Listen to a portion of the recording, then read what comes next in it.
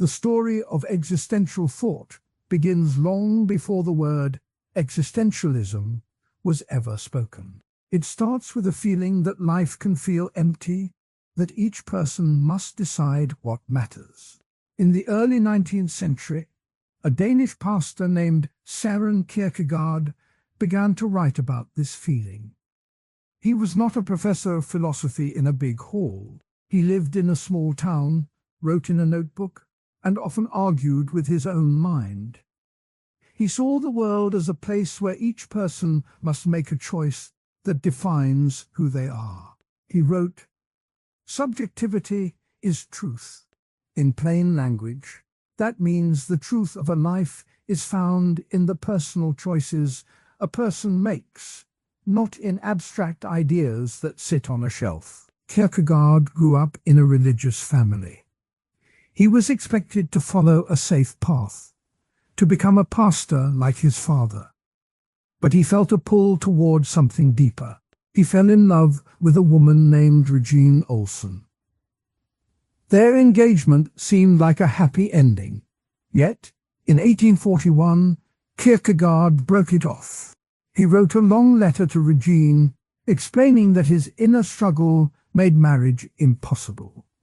He said that love could not be a comfort if it kept him from facing his own dread.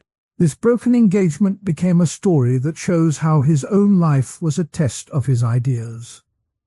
He believed that a person must stand alone, even when love asks for sacrifice. Kierkegaard's writings were full of stories about people who must choose.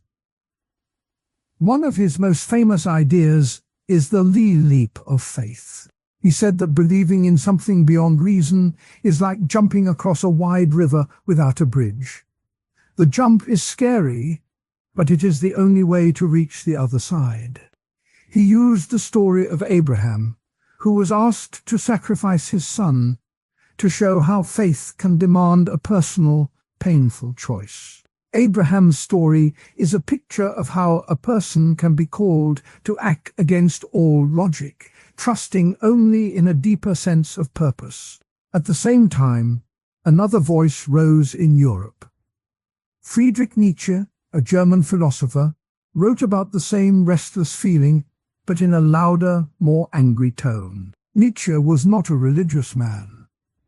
He grew up in a family of pastors, but he left that world behind. He studied music, then turned to philosophy. He was a brilliant writer, but his health was fragile. In his early 30s, he began to lose his hearing. By the time he was 40, he could barely hear anyone speak.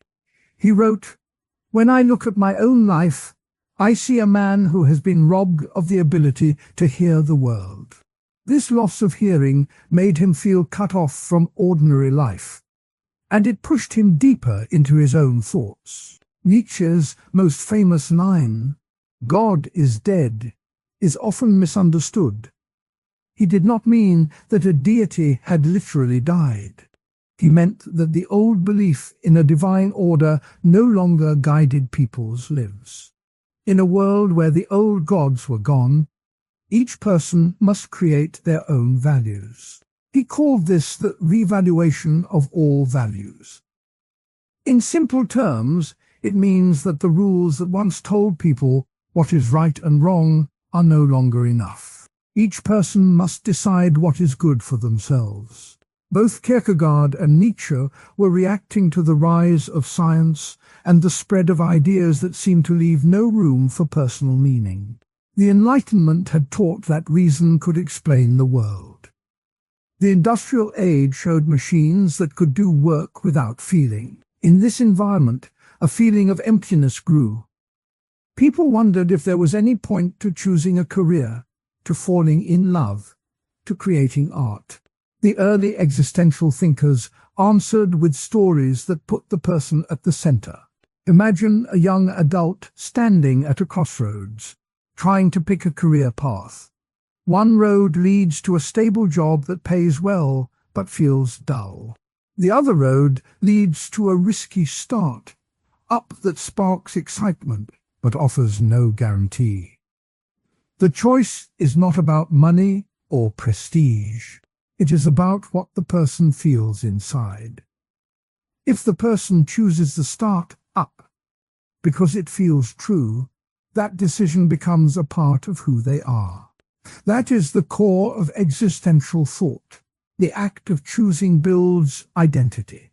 Another everyday picture is picking a favorite song. In a music store, dozens of albums sit side by side. Some songs are popular, some are hidden gems. When a person hears a song that moves them, they may buy it and listen again and again. That song becomes a personal soundtrack. The choice of song shows a small, personal taste. It is not forced by a teacher or a rule. It is a tiny act of freedom that shows how each person can shape their own world. Kierkegaard also warned against what he called the crowd. He believed that when people follow the majority, they lose their own voice. He wrote, "The crowd is untruth." In simple language, that means that blending in can hide the truth of who a person really is. He urged people to stand alone, even if it feels lonely. Nietzsche offered a different warning. He saw that many people tried to hide their true desires behind moral rules. He called this slave morality.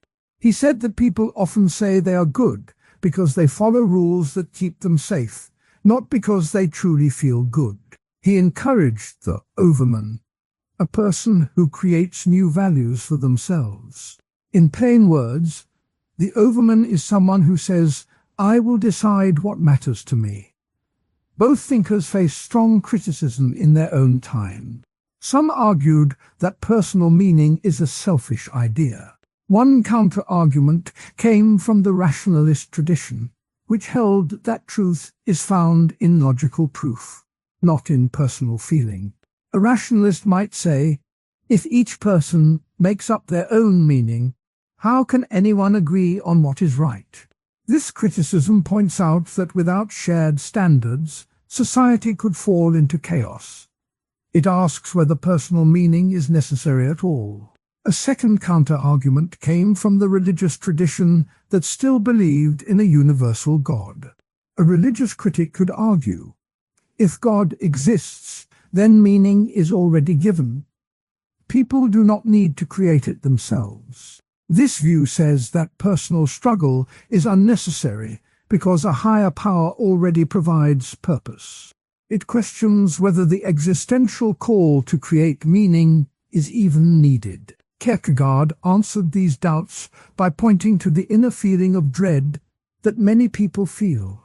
He said that this dread is a sign that a person is aware of their freedom. He wrote, "Anxiety is the dizziness of freedom." In plain words, anxiety shows that a person can choose, and that choice can be scary. He argued that this feeling cannot be ignored, and that it pushes people to find their own path. Nietzsche answered the religious critique by saying that the old gods no longer speak to people. He wrote, "What once was sacred is now a relic." He suggested that clinging to old beliefs can keep people from living fully.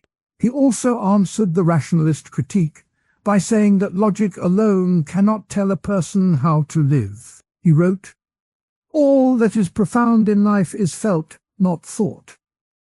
In simple terms, feeling guides action more than pure reason. The loss of hearing that Nietzsche suffered also gave him a vivid example of how the world can become silent. He described his silence as a kind of inner space where thoughts could roam free. He wrote, "I have become a solitary traveler in a world that no longer speaks to me." This personal loss turned into a metaphor for modern life, where people can feel cut off from the noise of society and forced to listen to their own inner voice. Kierkegaard's broken engagement with Regine Olsen also turned into a lesson. He said that love can be a trap if it stops a person from facing their own fear. He wrote, "To love is to risk the loss of self." In his view, the break was not a failure, but a necessary step to keep his own freedom alive. These two stories show how personal pain can become a teaching tool. They illustrate the existential claim that life's hardest moments often push people to ask deeper questions. They also show how each thinker used his own life as a laboratory for ideas. In modern life, the ideas of Kierkegaard and Nietzsche still appear. A student who decides to study art instead of a high-paying engineering job may feel the weight of family expectations. The student must face the anxiety of choosing a path that feels true. That moment mirrors Kierkegaardian choice. The student may also feel that the old idea of success no longer fits. That feeling matches Nietzsche's call to create new values. Another modern picture is the rise of social media. People scroll through feeds, seeing many lives that look perfect. Some feel pressure to copy those lives. The existential view would say that copying another's path is like staying in the crowd. It hides the true self. The act of turning off the feed and deciding what truly matters becomes a personal act of freedom. A third example is the growing interest in purpose-driven work. Companies now ask employees to find meaning in their tasks. This trend echoes existential ideas that meaning is not given but made. Workers who find a purpose in helping others may feel a deeper satisfaction than those who only chase a paycheck. This shows how existential thought has seeped into business culture. A fourth example is the popularity of mindfulness and meditation. These practices ask people to sit with their thoughts, to notice anxiety without trying to fix it. This is similar to Kierkegaard's idea that anxiety shows freedom. By sitting with anxiety, a person can see the space where choices appear. In literature, the novel The Stranger by Albert Camus, though written later, carries the same tone. The main character, Mortality, lives without looking for a deeper meaning. He accepts life as it comes. Camus' work shows a reaction to existential ideas, asking whether meaning is even necessary. This later writer adds another voice to the conversation that began with Kierkegaard and Nietzsche. The two everyday analogies, choosing a career and picking a favorite song, help to bring these big ideas down to daily life.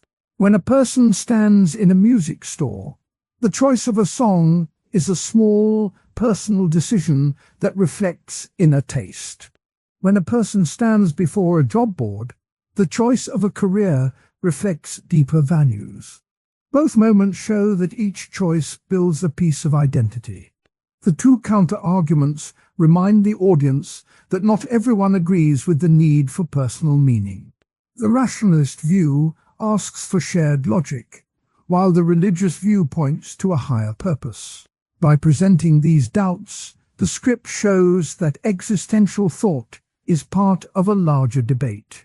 The two historical anecdotes, Kierkegaard's broken engagement and Nietzsche's loss of hearing, give the audience a human picture of the thinkers. They are not distant scholars, but people who felt love, loss, and silence. Their personal pain became the soil for their ideas. In sum, the roots of existential thought grow from a feeling of emptiness in a world that seemed to lose its old guides. Kierkegaard answered by urging personal choice, even if it brings anxiety. Nietzsche answered by urging the creation of new values after the old gods fell silent. Both used their own lives as proof that the search for meaning is a personal journey. Their ideas still echo today in career decisions, in music choices, in the quiet moments when a person sits with anxiety. The story of existential roots is a story of people standing alone, making choices and finding a path that feels true. Existence before essence is the idea that a person first shows up in the world and only later decides who to be. The claim says that life does not come with a built-in plan. Instead, each person must write the plan as they go. This thought grew out of a time when many philosophers tried to answer the question of why people act the way they do. In the 19th and early 20th centuries, a group of thinkers began to ask whether human life could be understood as a free project rather than a fixed destiny. The story starts with Søren Kierkegaard, a Danish writer who worried about how people could be true to themselves in a world that seemed to demand conformity. Kierkegaard wrote that each person must make a personal choice, even when that choice feels scary.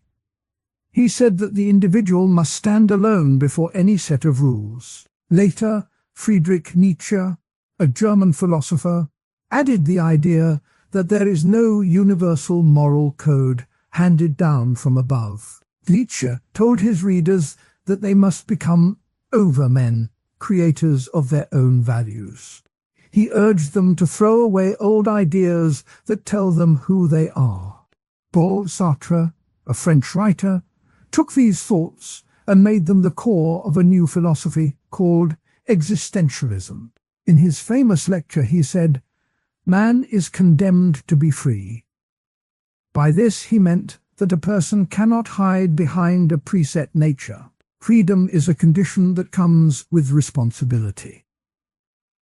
Sartre wrote in his novel that a person is first a blank page, then the words are added by the act of writing.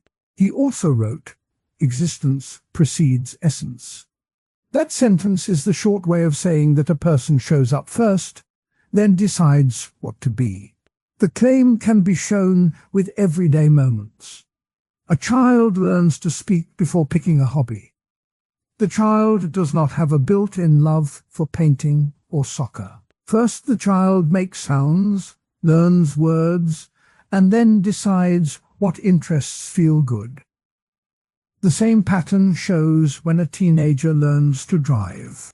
The car is there, the road is there, but the driver must choose where to go. The choice is not forced by a hidden blueprint. Another simple picture is building a house from scratch. The builder first clears the land, then lays a foundation. The shape of the house is not decided before the ground is ready. The builder can change the design as the walls go up. If the builder had a fixed plan that could not be altered, the house would be rigid. The idea of existence before essence says that life works more like a house that can be reshaped while it is being built. A second analogy is learning to ride a bike. The rider first sits on the bike, feels the balance, and pushes the pedals. At first, the rider does not know how to steer or how fast to go. Over time, the rider learns to choose routes, to ride fast or slow, to enjoy the wind. The rider's skill is not something that existed before the first ride. It grows out of the act of riding. These images help to see why many thinkers say that people are free to make themselves. Freedom is not just the ability to choose a flavor of ice cream. It is the deeper ability to decide what matters, what values to hold, what goals to pursue. Sartre argued that this freedom is a heavy weight. He wrote, "We are our choices." When a person chooses a career, a partner, a cause, that choice becomes part of who they are. The person does not discover a hidden essence that already existed.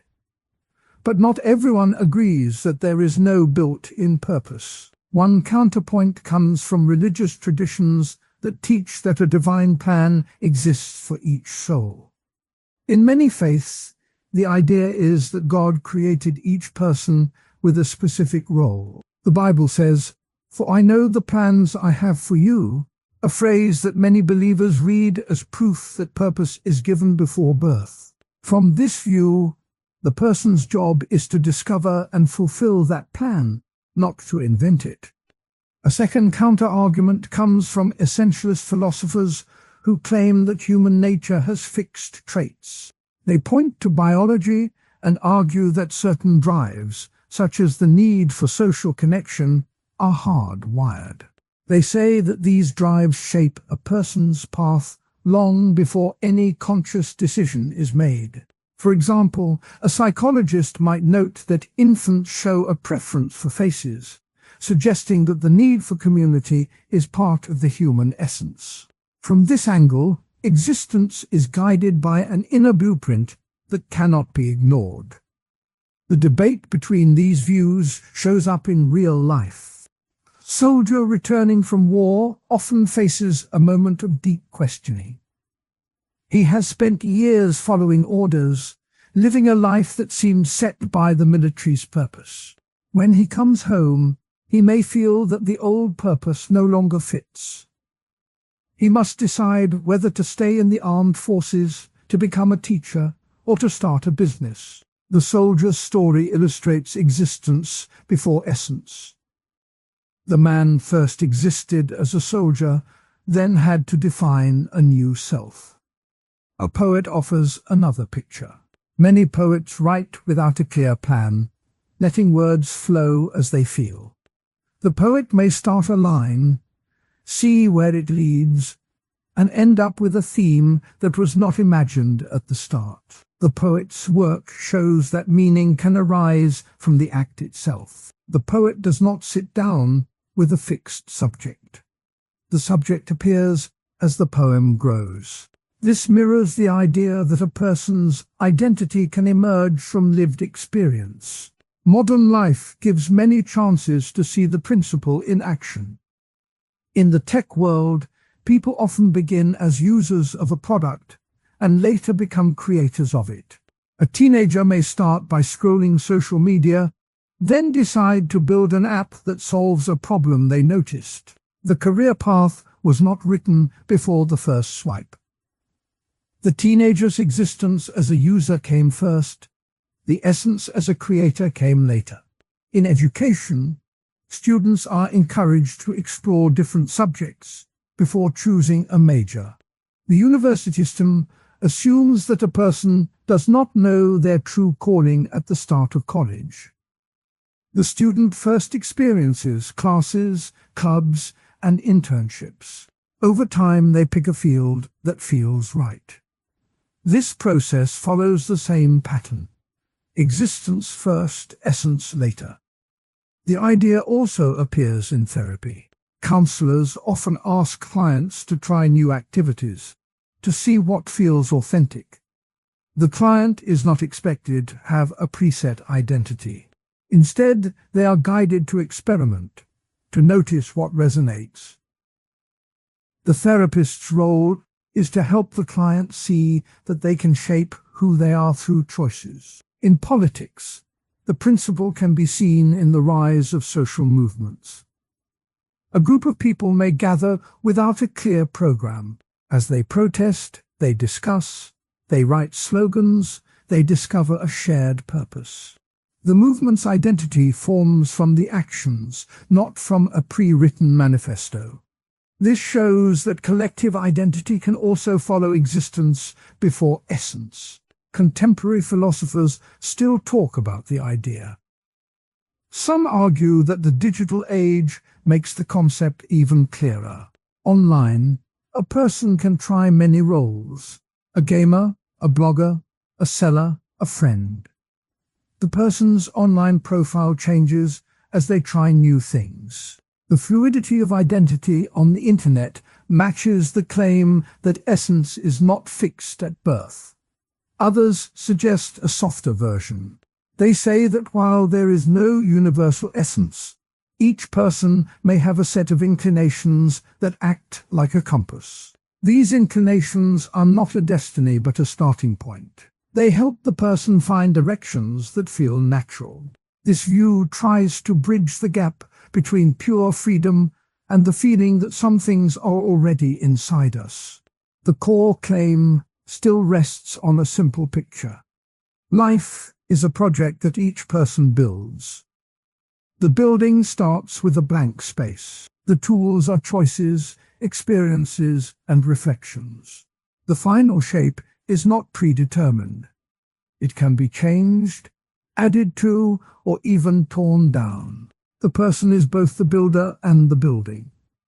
To understand the claim, it helps to hear the words of the original thinkers. Sartre wrote, "Man is nothing else but what he makes of himself." He meant that the person's nature is the sum of all his actions. Kierkegaard warned, "Subjectivity is truth."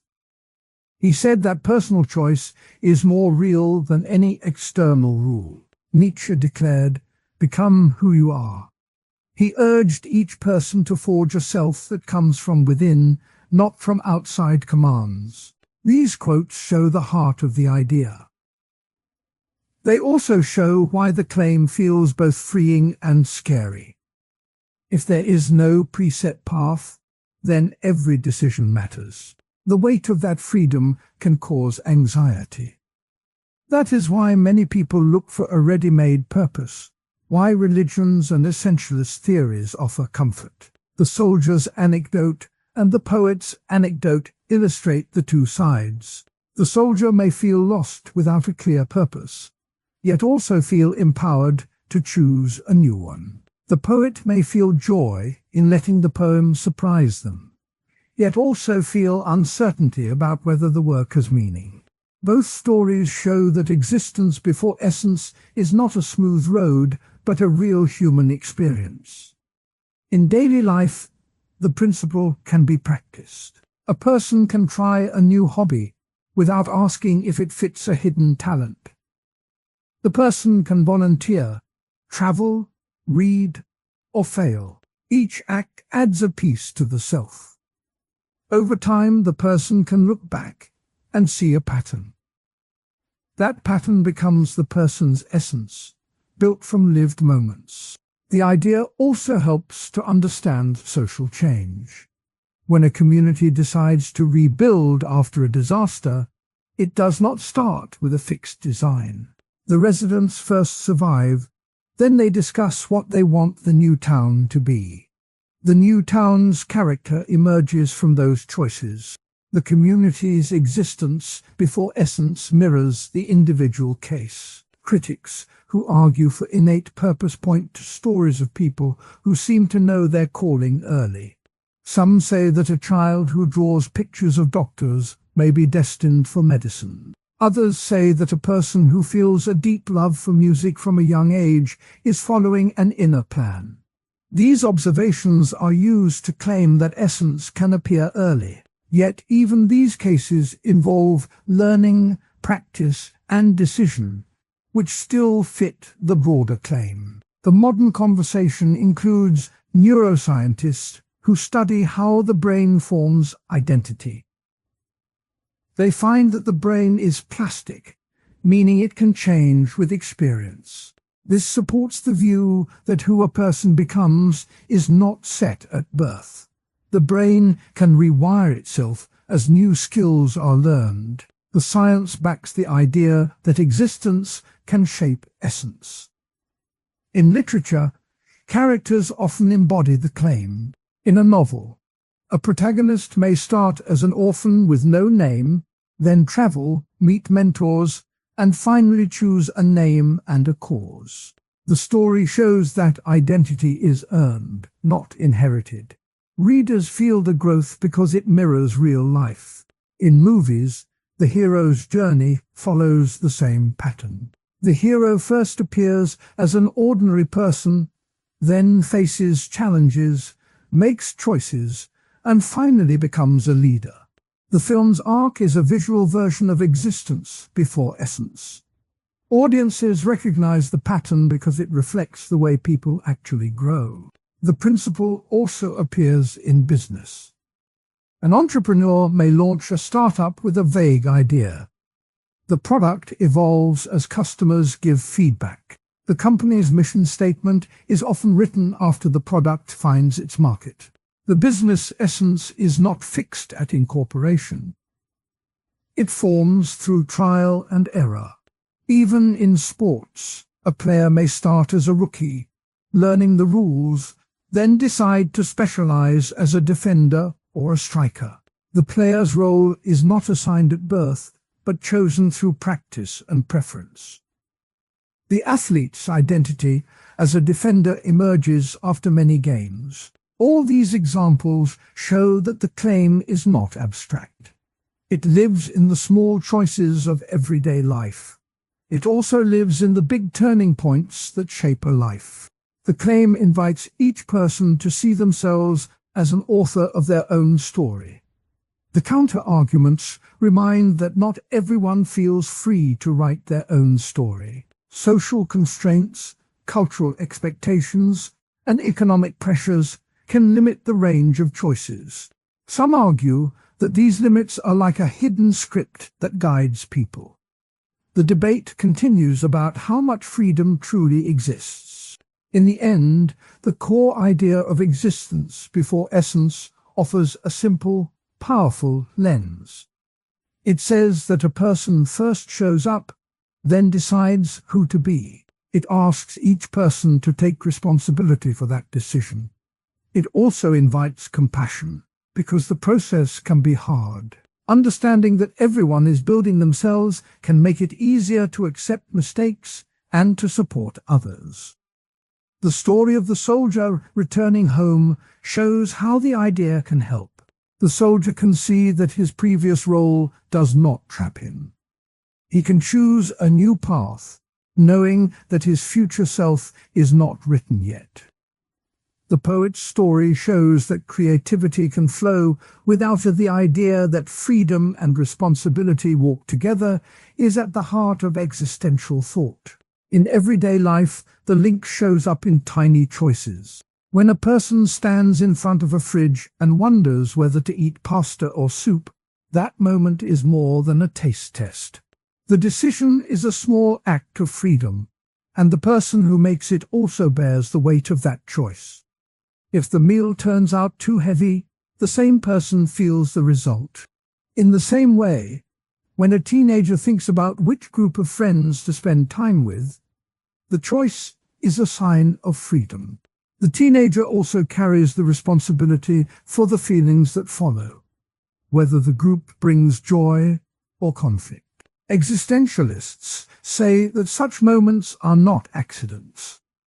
They argue that each person is always free to choose, even when the options look limited. The famous line from Jean-Paul Sartre, "Man is condemned to be free," means that freedom is not a gift that can be taken away. It is a condition that comes with us. The word condemned shows the heavy side of freedom. It is not a pleasant gift, but a burden that forces each person to own every action. Sartre also wrote, "Existence precedes essence." In simple terms, this means that a person first exists, then decides what kind of person to become. There is no fixed nature that tells a person how to act. The person must create meaning through choices. When a person picks a dinner, that act is a tiny step in shaping who they are. When a person joins a friend group, that step adds to the story of their life. The first analogy helps to picture this. Imagine a driver at a crossroads.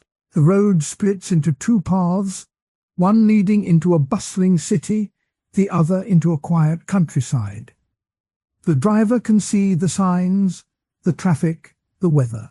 The driver cannot claim that the road forced a direction. The driver must turn the wheel. The turn is a free act, and the driver must live with the traffic, the scenery, the fuel costs that follow. If the driver chooses the city and gets stuck in rush hour, the driver cannot blame the road alone. The driver chose.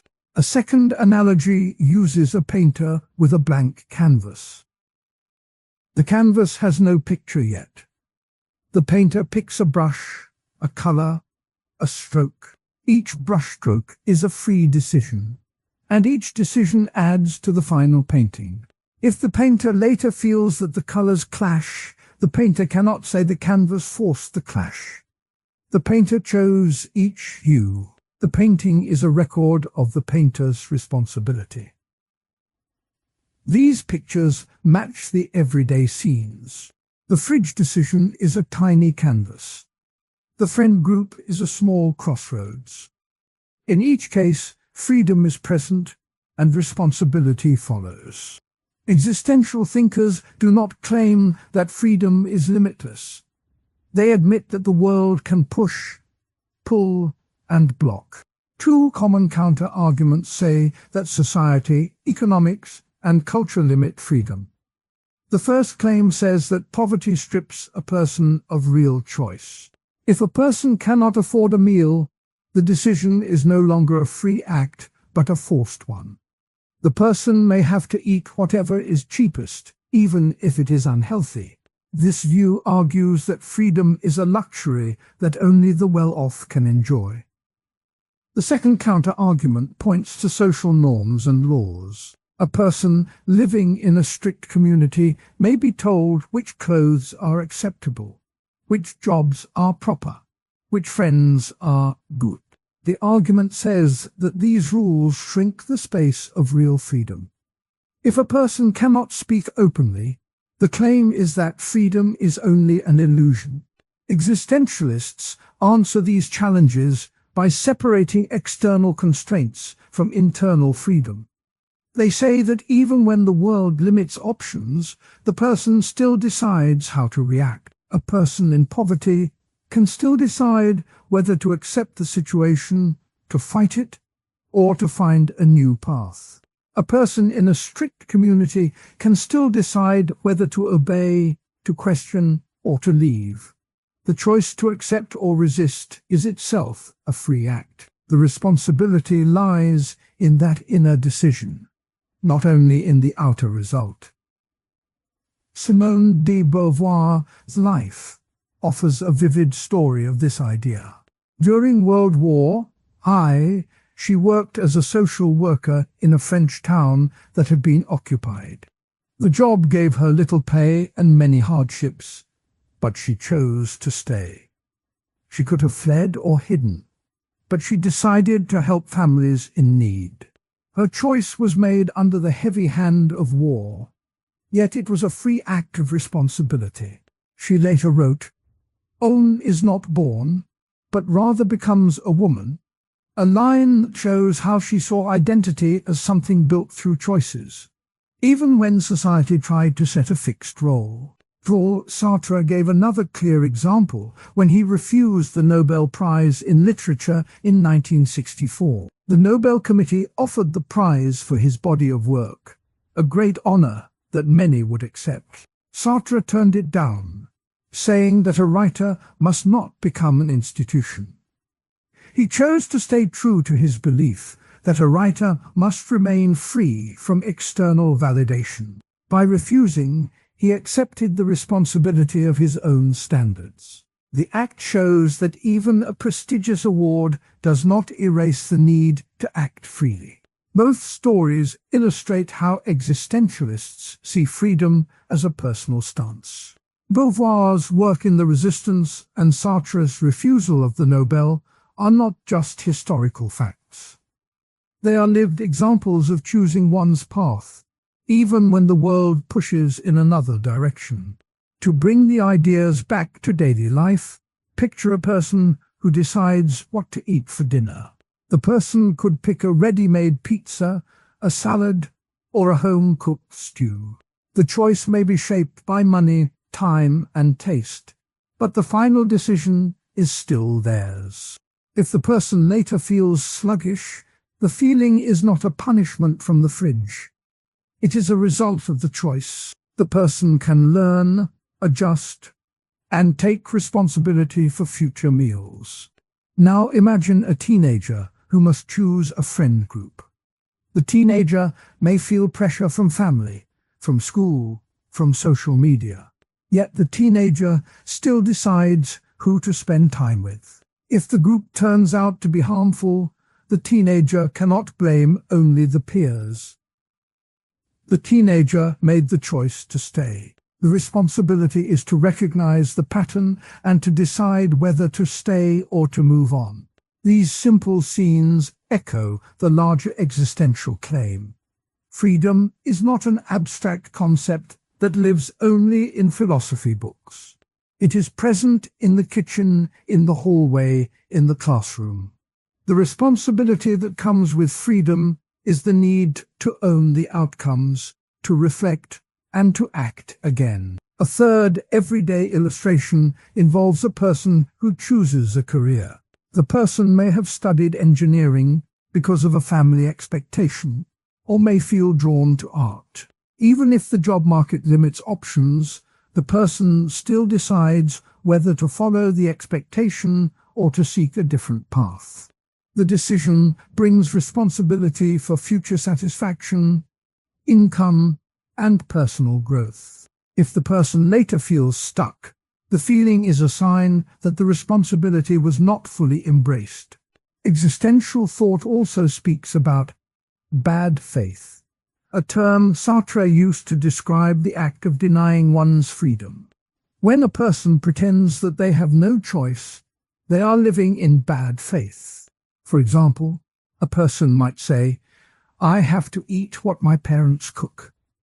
I cannot choose." That statement hides the fact that the person could still ask for a different meal, could learn to cook, or could move out. By saying they have no choice, the person avoids the responsibility that comes with freedom. Sartre warned that bad faith leads to a shallow life, because the person never fully owns their actions. A fourth story from history adds depth. During the German occupation, a French intellectual named Albert Camus wrote for an underground newspaper. He risked his life to spread ideas about human dignity. The risk was real. The Nazis could have arrested him. Yet Camus chose to write, accepting the responsibility that his words might inspire resistance. His act shows that even under extreme oppression, a person can exercise freedom by deciding to act according to inner values. These anecdotes show that freedom is not a simple "do anything" license. It is a call to act with awareness. The responsibility part is not a punishment. It is the condition that makes freedom meaningful. Without responsibility, freedom would be empty, like a blank canvas left untouched. To help the listener see this, imagine a driver again, but this time at night. The streetlights flicker, the road is slick, and the driver must decide whether to speed, to get home quickly, or to drive slowly and stay safe. The driver cannot blame the rain for the choice. The driver's decision will affect safety, fuel use, and arrival time. The responsibility is to think about the consequences. The driver's freedom is the ability to choose speed. The responsibility is the awareness of risk. A second painter analogy adds depth. Suppose the painter has already put a few dark strokes on the canvas. The painter can keep adding dark colors or can switch to bright tones. The earlier strokes cannot be erased, but the painter can still decide the direction of the painting. The responsibility lies in seeing the whole picture and choosing how to finish it. The painter's freedom is the choice of color. The responsibility is the care for the overall image. These analogies make the abstract idea concrete. They also show that freedom is always paired with the need to think about outcomes. Existentialists also talk about authenticity, which means living in a way that matches one's true self, not just following the crowd. Authenticity requires recognizing freedom and taking responsibility. If a person pretends to be someone else just to fit in, they lose authenticity. The loss is a kind of self-deception that Sartre called bad faith. Authentic living is a daily practice, like checking the ingredients before cooking or asking a friend if a plan feels right. A final counter-argument to consider is the claim that biology limits freedom. Some argue that genetics and brain chemistry determine choices, so freedom is an illusion. Existentialists respond that even if biology sets certain parameters, the person still decides how to interpret and act upon those feelings. A person who feels anxious can choose to seek help, to practice breathing, or to avoid the situation. The choice to act is still present, even if the feeling is biologically rooted. In the modern world, the link between freedom and responsibility shows up in technology. When a person scrolls through social media, they choose what to read, what to share, and how long to stay. The platform may push certain content, but the person still decides to click or not. The responsibility is to notice how the feed affects mood and to set limits if needed. The freedom to choose content comes with the duty to protect one's mental health. Another modern example involves voting. A citizen can vote for a candidate or not. The act of voting is a clear expression of freedom. The responsibility is to stay informed, to think about the impact of policies, and to accept the result, even if it is not the preferred one. The act of voting shows how a simple choice can shape a whole community. Existentialism does not promise that every choice will be easy. It simply says that each choice matters. The freedom to choose is always there, even when the world seems to block it. The responsibility is the invitation to own the result, to learn, and to keep choosing again. Returning to the kitchen scene, imagine a person who decides to cook a new recipe. The person reads the instructions, gathers ingredients, and follows steps. If the dish burns, the person can see that the heat was too high, that the timing was off. The person can take responsibility, learn, and try again. The act of cooking is a small experiment in freedom and responsibility. The person is free to try and responsible for the outcome. In the friendship scene, imagine a person who chooses to spend time with a friend who often complains.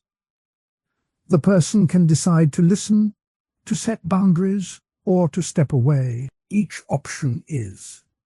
Existentialism began in a time when many people felt that the old stories about God, about destiny, and about fixed order no longer fit the new world. The feeling that life can seem pointless was first voiced by a Danish thinker named Søren Kierkegaard in the early 19th century. He wrote that the human heart often feels a deep anxiety when it sees that there is no clear guide from outside. Later, a French writer named Albert Camus took that feeling and called it the absurd. He said that the absurd appears when a person looks for a reason in a world that gives none. The German philosopher Friedrich Nietzsche also spoke of a world without a fixed moral law, and he urged people to create their own values.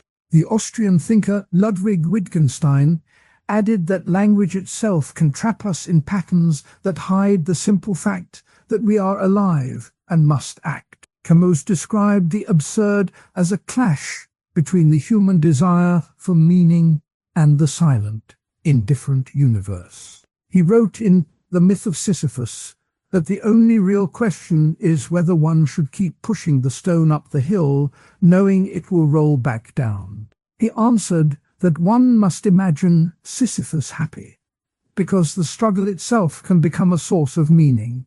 Camus also gave a short, clear line that has become famous. There is no love of life without despair. This line shows how the feeling of emptiness can sit next to a deep love for living. Søren Kierkegaard, who lived before Camus, used the word dread to describe the same sense of emptiness. He told a story about a man who stands on a high tower and looks down, feeling both fear and wonder. He wrote, "Anxiety is the dizziness of freedom." In this view, the emptiness is not just a lack of purpose, but a sign that a person can choose what to do. The choice itself can become a kind of meaning. Jean-Paul Sartre, another key thinker, said that existence precedes essence. He meant that a person first appears in the world without a built-in purpose and only later defines what they are by acting. He argued that the feeling of absurdity pushes people to create values through their choices. Sartre also warned that this freedom can feel like a heavy weight, because every choice carries responsibility. These ideas have a clear link to everyday moments that feel absurd. Imagine waiting in a long line at a grocery store. The line moves slowly, the fluorescent lights buzz, and the mind drifts to thoughts about why this moment matters. The line seems to stretch forever, and there is no clear reason for the wait. Yet, the person in line can decide to use the time to think about a loved one, to practice patience, or simply to notice the rhythm of the world. In that small act, the line stops being just a pointless delay and becomes a chance to be present. Another simple example is watching a repetitive TV show where each episode follows the same pattern. The characters go through the same conflict, the jokes repeat, and the plot never changes. The viewer may feel that the show is a loop with no deeper point. Yet, the viewer can choose to see the show as a safe space, a place to unwind, or as a reminder that life can have simple pleasures even when it repeats. The absurd feeling of the show can be turned into a quiet enjoyment. To make the idea of absurdity easier to see, two analogies are often used. The first is a clock ticking without a purpose. The clock's hands move, the gears turn, but there is no one listening to tell the time.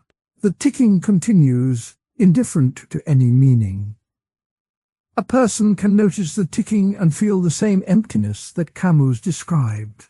But the person can also decide that the sound of the tick can be a rhythm for breathing, a reminder to stay calm, or a cue to start a new task.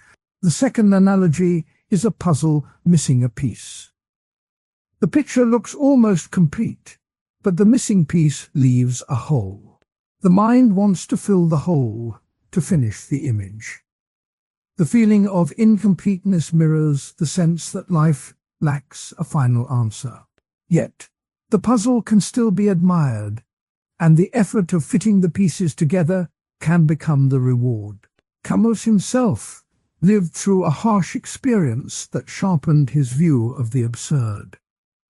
During World War I, he was sent to a prison camp in France. The camp was cold, the guards were indifferent, and the daily routine was the same for weeks. In the evenings, Camus would stare at the night sky and think about the stars that seemed to shine without caring about the prisoners below. He later wrote that the camp showed him how the world can be both beautiful and uncaring at the same time.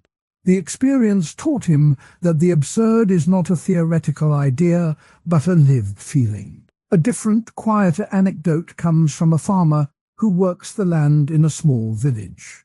Each spring the farmer plants seeds. Each summer he watches the crops grow. Each autumn he harvests, and each winter he rests.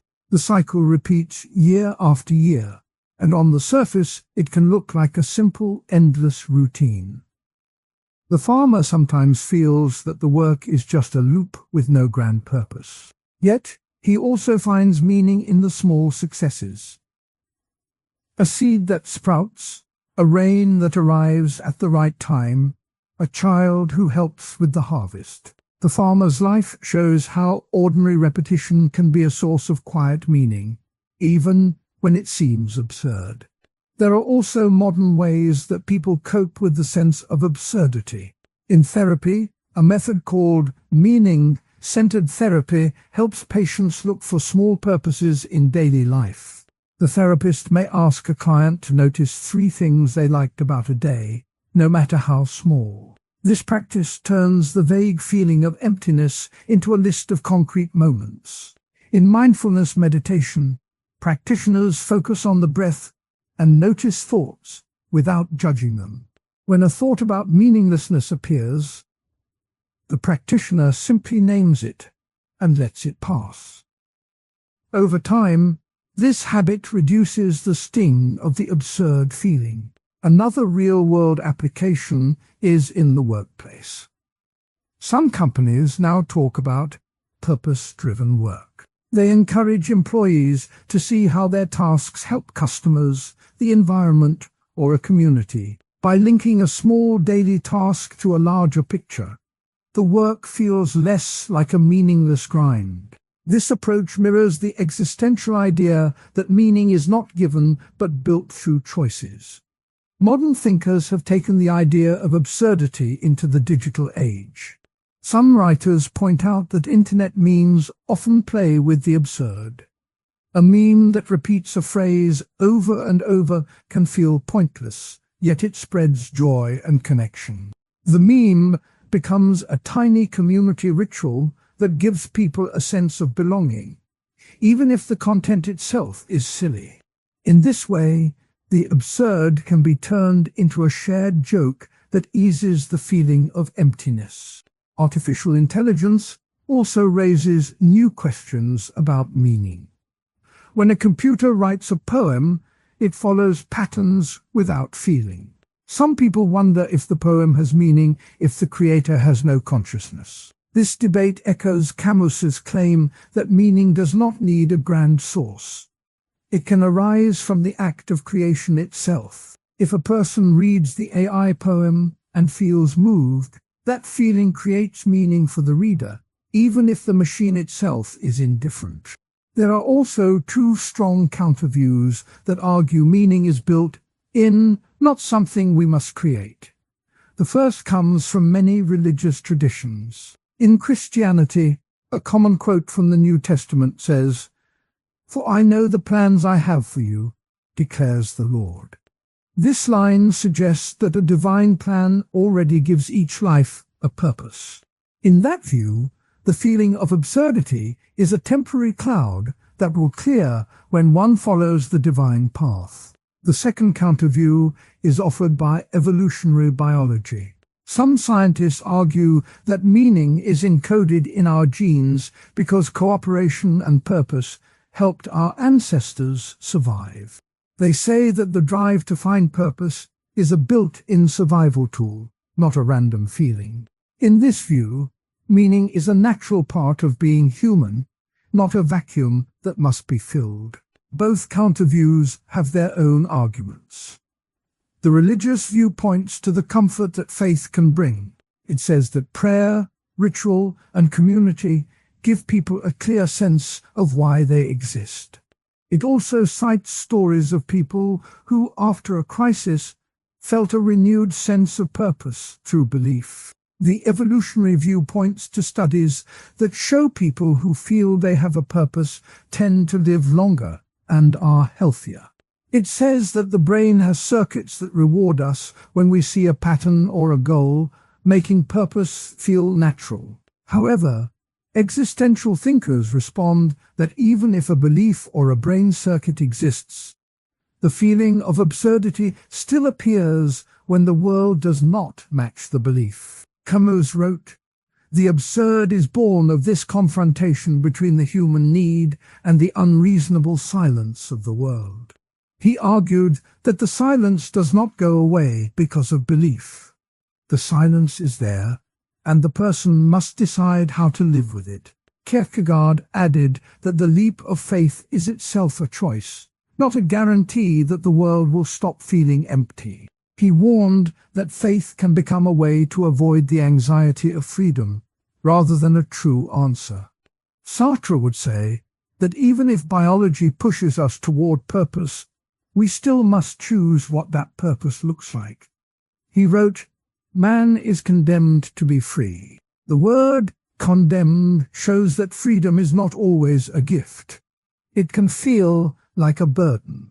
The burden is the awareness that there is no preset script, and the person must write their own. This awareness can be unsettling, but it also opens the door to authentic living. The farmer's story shows how ordinary work can become a personal project. The farmer does not claim that a divine plan tells him to plant beans, nor does he say that a gene forces him to harvest. He simply looks at the soil, feels the weather, and decides each day what to do. The farmer's choices give his life a shape that feels real. The same can happen for anyone who decides to learn a new skill, help a neighbor, or write a letter. Each small act can push back against the feeling that life is a line of waiting. The prison camp anecdote also shows how a harsh environment can sharpen the sense of absurdity. In the camp, the guards gave orders without explanation, and the prisoners could not see any larger plan. Camus later said that the camp taught him that the absurd is not a philosophical puzzle but a lived experience. He wrote, "In the depth of winter, I finally learned that within me there lay an invincible summer." The quote means that even in the coldest, most absurd moments, a person can find a heat that comes from inside, not from outside. Modern examples keep the conversation alive. A person who watches a repetitive TV show might feel that the plot is meaningless. Yet, the person can notice that the show gives a sense of rhythm, a predictable comfort after a long day. That comfort can be a small anchor in a chaotic world. A person stuck in a long line might feel that the wait is a waste. But the person can use the time to practice breathing, to plan a small task, or to smile at a child playing nearby. The line becomes a moment of pause, not just a waste. Another modern example is a person scrolling through social media feeds that repeat the same memes. The feed can feel like an endless loop of jokes that never change. The person might wonder why they keep scrolling. The idea of living authentically has been a central theme in existential thought. It means that a person tries to act in line with the deepest sense of who they are, not merely according to the roles that society hands out. In contrast, living in denial of the true self is often called bad faith. Bad faith is a kind of self-deception, where a person pretends that the expectations of others are the only possible way to be. The difference can be felt in everyday moments, such as the choice of clothing in the morning. Imagine a person who works in a bank. Every day the person puts on a dark suit, a tie, polished shoes, and a name badge. The uniform says, "I am a professional, I follow the rules, I keep money safe." The same person might have a hobby of painting, where loose shirts, splattered jeans, and bright colors feel natural.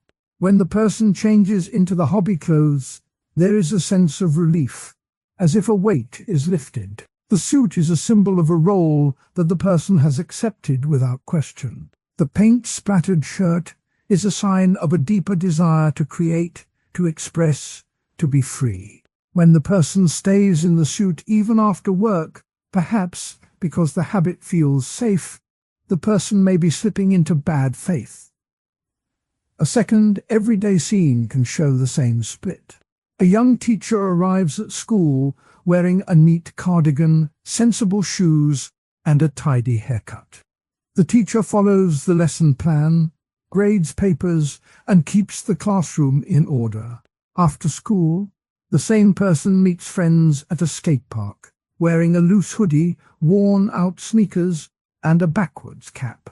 The teacher feels more alive on the board, moving with the flow of the skate tricks. The two outfits mark two different ways of being. If the teacher chooses to stay in the cardigan all the time, even when riding a skateboard, the teacher is ignoring a part of the self that wants to move, to take risk, to feel wind on the face. That ignoring is a form of bad faith.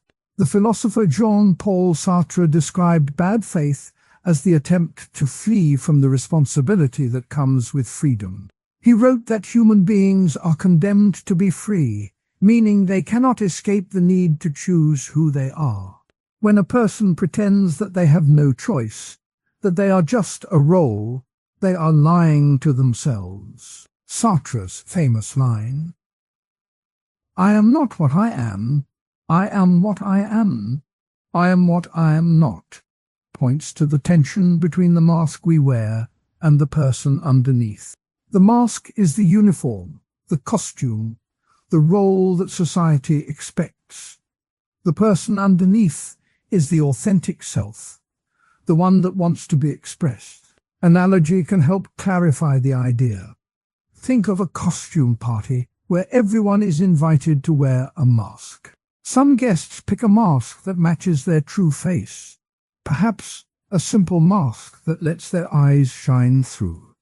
Others choose a heavy, ornate mask that hides everything.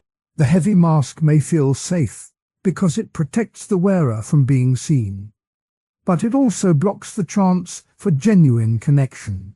When the party ends and the masks are taken off, those who chose the simple mask can smile easily, because they have not hidden their true face. Those who chose the heavy mask may feel a sudden shock, as if they have been living behind a wall. The costume party shows how easy it is to hide behind a role, and how hard it can be to reveal the real self. A second analogy uses a GPS device. A driver can set the GPS to follow a preset route that avoids all traffic, even if it takes longer. The driver trusts the GPS and never looks at the road signs. In this case, the driver is not using their own judgment, they are letting the machine decide. The GPS route is safe, predictable, and often praised for its efficiency. However, the driver may miss a beautiful scenic road, a chance to stop at a small cafe, or a shortcut that appears unexpectedly. If the driver chooses to ignore the GPS and follow their own sense of direction, they take responsibility for the journey. The driver may encounter traffic, but also may discover new places. The GPS analogy mirrors the choice between conforming to a preset social path and forging a personal route. Heidegger, another key thinker, gave a lecture that is often called the Lecture on Authenticity. In it he said that each person is thrown into a world that already has meanings, names, and expectations. He called this thrownness. Yet he also said that a person can own up to this thrownness, recognize that the world is there, and still choose how to respond. He used the term Eigentlichkeit, which translates as authenticity. Heidegger warned that most people slip into das Man, the they, a kind of collective that decides what is normal. When a person lives according to the they are not taking ownership of their own existence. The lecture reminded listeners that authenticity is a constant task, not a final destination. A historical anecdote can illustrate the tension between authenticity and bad faith. During World War I, a German soldier named Friedrich was ordered to march into a city that had already surrendered. The command came from a superior officer who insisted on following the original plan. Friedrich felt a knot in his stomach. He could obey the order, stay safe within the military hierarchy, and avoid trouble. Or he could refuse, knowing that the city was already safe and that the order was pointless. Friedrich chose to stay in formation, citing obedience and the need to avoid chaos. Later, he reflected that he had acted out of fear of being labeled a coward, not because he truly believed the march was necessary. His choice shows how conformity can feel safe, but may hide a deeper conflict with one's own sense of right and wrong. A second historical note comes from the French Resistance. A young woman named Lucy worked as a clerk in a railway office. Her job required her to fill out schedules, check tickets, and keep the trains running on time. The role was a clear part of the they, Yet Lucy used her position to hide messages for the resistance, to move people across borders, and to sabotage certain shipments. She kept her uniform, her badge, her paperwork, but inside she was acting on a different set of values. Lucy's story shows that authenticity can sometimes be hidden beneath a role, but it also shows that the role can be used as a tool for a deeper purpose. The authenticity in her case was not shown in outward clothing, but in the secret actions she chose. Two counter-arguments suggest that conformity can be safe and even beneficial. The first argument points to the idea of social stability. When most people follow the same rules, society runs smoothly. A driver who follows the GPS route avoids accidents caused by sudden lane changes. A worker who wears the uniform follows the expectations that keep a business organized. The argument claims that if each person constantly questioned the role they play, chaos could arise. The safety of the group, it says, may outweigh the personal cost of hiding part of the self. The second counter-argument comes from the perspective of risk management. Choosing authenticity often means taking chances, exposing oneself to criticism, and possibly losing a job or a relationship. For many, especially those with families or limited resources, the risk of stepping out of the role can be too great. The argument holds that staying within the accepted path can protect not only the individual, but also those who depend on them. Both counter-arguments have merit. Yet existential thinkers argue that they miss a key point. Authenticity is not about reckless rebellion, but about honest acknowledgement of one's freedom. When a person chooses a role, they should do so because it aligns with their own values, not because of fear. The safety of conformity can become a trap when it prevents a person from hearing their own inner voice. Modern interpretations of authenticity often appear in discussions about career choice. A person may have a degree in accounting, a stable job, a steady paycheck, and a clear career ladder. Yet the same person may feel a pull toward writing, music, or activism. The modern conversation frames the choice as following your passion.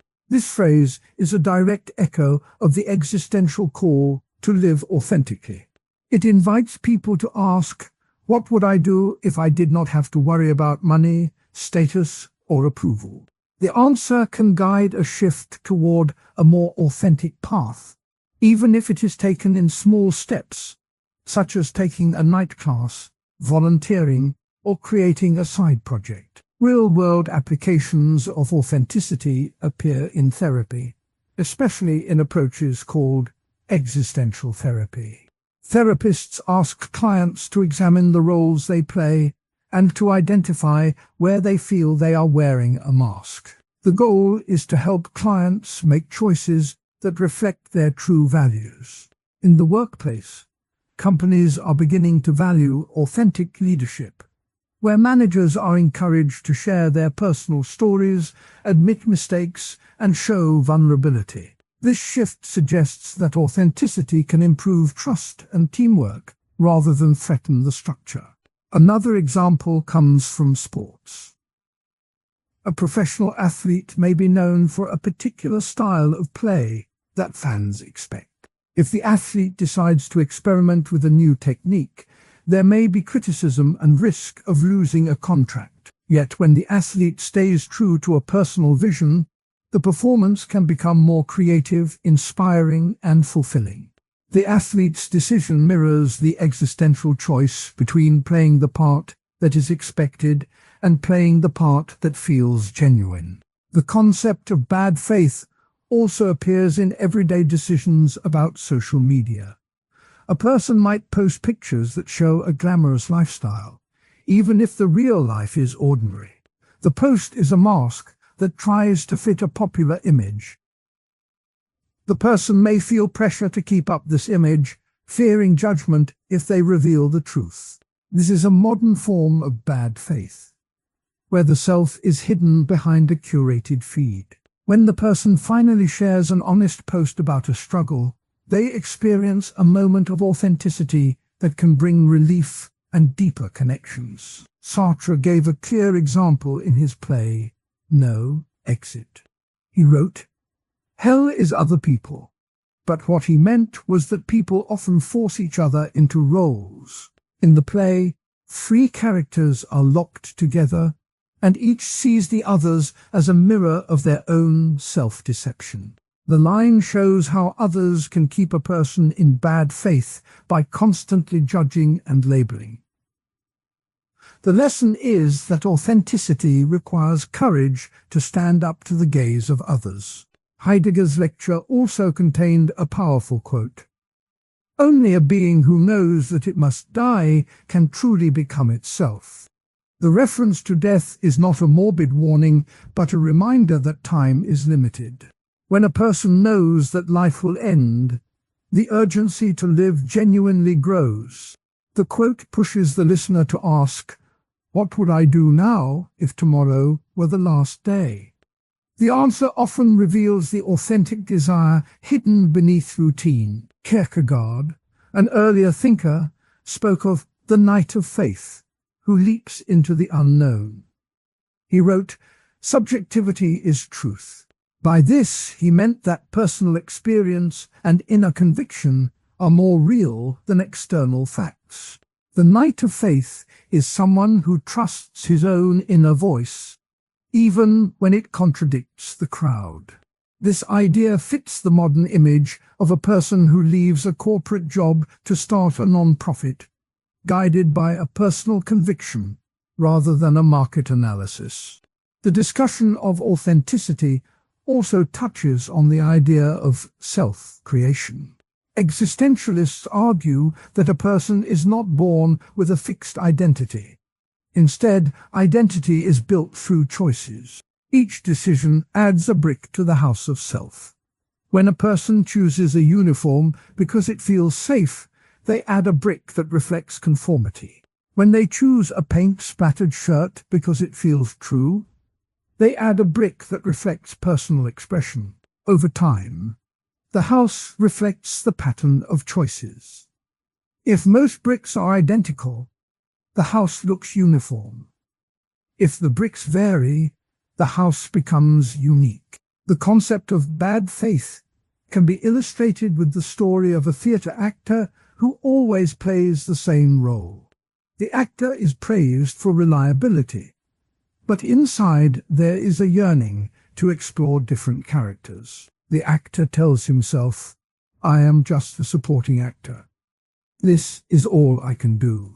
The statement hides the fact that the actor could audition for lead roles, but fears rejection. The actor's self-deception keeps him in a safe niche, but also blocks growth. The actor situation is a small-scale version of how many people stay in jobs, relationships, or habits that feel safe, but do not reflect their deeper aspirations. A further historical anecdote comes from the early 20th century. In a small town in Norway, a fisherman named Olav was expected to take. Existentialism began in the 19th and early 20th centuries as a response to the feeling that life can feel empty and that people must create their own meaning. The first ideas came from writers such as Søren Kierkegaard and Friedrich Nietzsche. Kierkegaard talked about the need to choose one's own path, even when fear is strong. He wrote that a person must make a leap of faith to become truly alive. Nietzsche warned that old values had lost their power, and that each person must become a creator of values. These early thoughts set the stage for later thinkers who focused on how people live together. The most famous existentialists are Jean-Paul Sartre, Simone de Beauvoir, Albert Camus, and Martin Heidegger. Sartre argued that existence precedes essence, meaning that people first exist and then decide what they are. He said that each person is free to choose, and that this freedom can feel heavy. De Beauvoir added that freedom is not only an individual matter, but also a social one. She wrote that people become themselves through relationships with others. Camus described life as absurd, a world without built-in purpose, and he suggested that people must find meaning through their actions. Heidegger looked at how people are always already in a world with other people, and how this shapes their sense of being. When existentialism meets love, friendship, and community, the central idea stays the same. Each person must choose how to act, and each choice builds identity.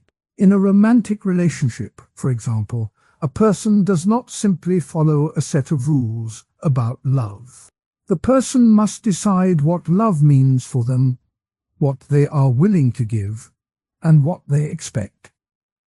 The same is true for a friendship. A friend can be a source of support, but the friend is also a free person who makes their own choices. In a community, each member must decide how to act toward the group, and the group does not decide a person's identity for them. Instead, the person's actions shape the community as much as the community shapes the person. One common way to see this is in the decision to choose a roommate. A student may meet several possible roommates. The student can look at the other person's habits, schedule, and interests. The student can also think about what kind of life they want to build. If the student picks a roommate who likes quiet study, the student is choosing a part of their own life that values focus. If the student picks a roommate who loves music and late-night conversation, the student is choosing a part of their life that values social connection. In both cases, the student is not simply following a rule about good roommates. The student is using freedom to shape a living situation that reflects who they want to be. The roommate also makes a choice about how to live with the student, and together they create a small community. Their choices show how existential freedom works in everyday life. A second everyday example is supporting a friend in crisis. Imagine a person whose best friend has just lost a job. The person can decide to listen, to offer practical help, or to stay distant. Each choice reflects a view of what friendship means. If the person listens and stays present, they are acting out a belief that friendship is about shared vulnerability. If the person offers money or a job lead, they are acting out a belief that friendship is about practical support. If the person stays away, they are acting out a belief that friendship is not a priority. In each case, the friend's identity is not set by the other person's actions. The friend is still free to decide how to respond, and the relationship is built through the ongoing choices of both people. Existentialists often use the image of two dancers improvising. The dancers move together, but each dancer decides each step in the moment. The dance is not a set choreography that forces the dancers into fixed roles. Instead, the dancers watch each other, feel the music, and choose how to respond. The dance becomes a shared creation that shows how freedom works in a relationship. If one dancer tries to force a step, the dance feels strained. If both dancers trust each other's freedom, the dance flows. This image helps to see how love and friendship can be a space where each person's freedom is respected while still creating something together. Another image is a garden that needs many different plants. A garden does not grow the same plant in every spot. Some spots need bright flowers, some need deep roots, some need shade-loving herbs. The gardener must decide which plant goes where, and each plant must grow in its own way. The garden as a whole becomes beautiful because each plant is allowed to be itself. In a community, each person is like a different plant. The community thrives when each person can grow in a way that fits their nature, while also contributing to the whole. This garden analogy shows how existential freedom and social belonging can work together. The ideas of Sartre and de Beauvoir provide a real historical picture of how existentialism lives in a partnership. Sartre and de Beauvoir chose an open relationship that allowed each of them to pursue their own projects while staying emotionally connected. They wrote letters that described how they negotiated jealousy, work, and love. In a letter to de Beauvoir, Sartre wrote, "I love you because you are free, and I will not try to own you." De Beauvoir answered, "Our love is a pact of freedom, not a chain." Their partnership shows how existentialists try to keep love from becoming a trap that defines a person. Instead, they see love as a space where each can be free and still choose to stay together. A different anecdote comes from a family that lost a parent in an accident. The surviving members had to decide how to live after the loss. The eldest child chose to take on more chores and to support the younger sibling. The mother decided to go back to work to keep the family financially stable. The father's brother moved in to help with meals. Each person made choices that reflected their own sense of responsibility and freedom. The family did not become a single, fixed identity that dictated what each member could feel. Instead, each member's choices helped the family become a new shape. The story shows that even in deep grief, existential freedom can guide how people relate to each other. Existentialism also faces criticism. One counterpoint says that relationships actually shape identity more than freedom does. This view argues that people learn who they are by the roles they play in families, jobs, and friendships. A child may see themselves as the caring older sister because the family expects it. A partner may feel they are the provider because the relationship demands it. From this angle, identity comes from the expectations of others, not from personal choice. The critic says that existentialism downplays the power of social pressure and that many people cannot simply choose who they are. A second counterpoint claims that community values can be more important than individual freedom. Some cultures stress the group over the individual. In those cultures, a person's decisions are guided by tradition, duty, and the needs of the group. The critic says that existentialism, with its focus on personal choice, can feel selfish in such settings. The critic points to societies where elders decide who marries whom, and where individuals accept those decisions as part of their identity. From this perspective, existentialism may ignore the real ways that people are bound by their community. Existentialists respond to these critiques by saying that freedom does not mean ignoring others. Sartre wrote, "I am condemned to be free, but I am also responsible for the other." He meant that each person must own their choices, yet also consider how those choices affect others. Beauvoir added that freedom is always situated, meaning it happens within a world of other people. She argued that one can be free while still caring for the community. The garden analogy shows that a plant can grow in its own way while still sharing soil and sunlight with other plants. The dancer's image shows that each dancer can choose steps while staying in sync with the partner. Modern thinkers take these ideas into new areas. Some psychologists use existential ideas to help people cope with loneliness. They ask clients to see loneliness as a chance to make a choice about how to connect, rather than as a fixed state. In social media, people can decide whether to use platforms to build genuine connections or to stay isolated.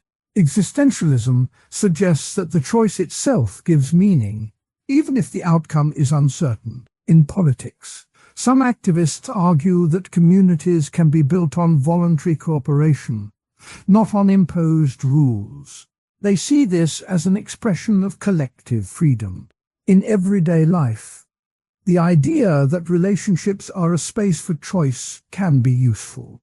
When picking a roommate, a person can ask, "What kind of life do I want to share?" When supporting a friend, a person can ask, "What does my friend need from me, and what am I willing to give?" These questions keep the focus on freedom and responsibility.